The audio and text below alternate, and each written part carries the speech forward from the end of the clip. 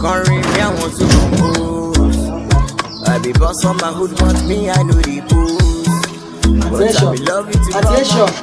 To remove you your farmer. Mama say good afternoon, how are you?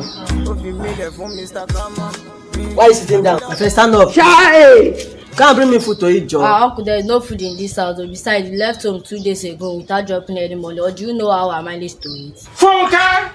Same way you manage to feed yourself, also manage and bring food for me. You be mumu. You think say you dey wise? I'm not in the mood of Mumu man. Yeah, you know, Blesta. Okay. What is you? Don't wait tired. What you thought I've been eating before today, I will show you. Not even drop money for food and you say you want to eat. Hey! If you come give me.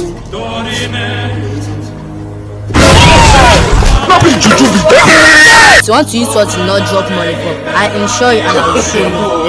No.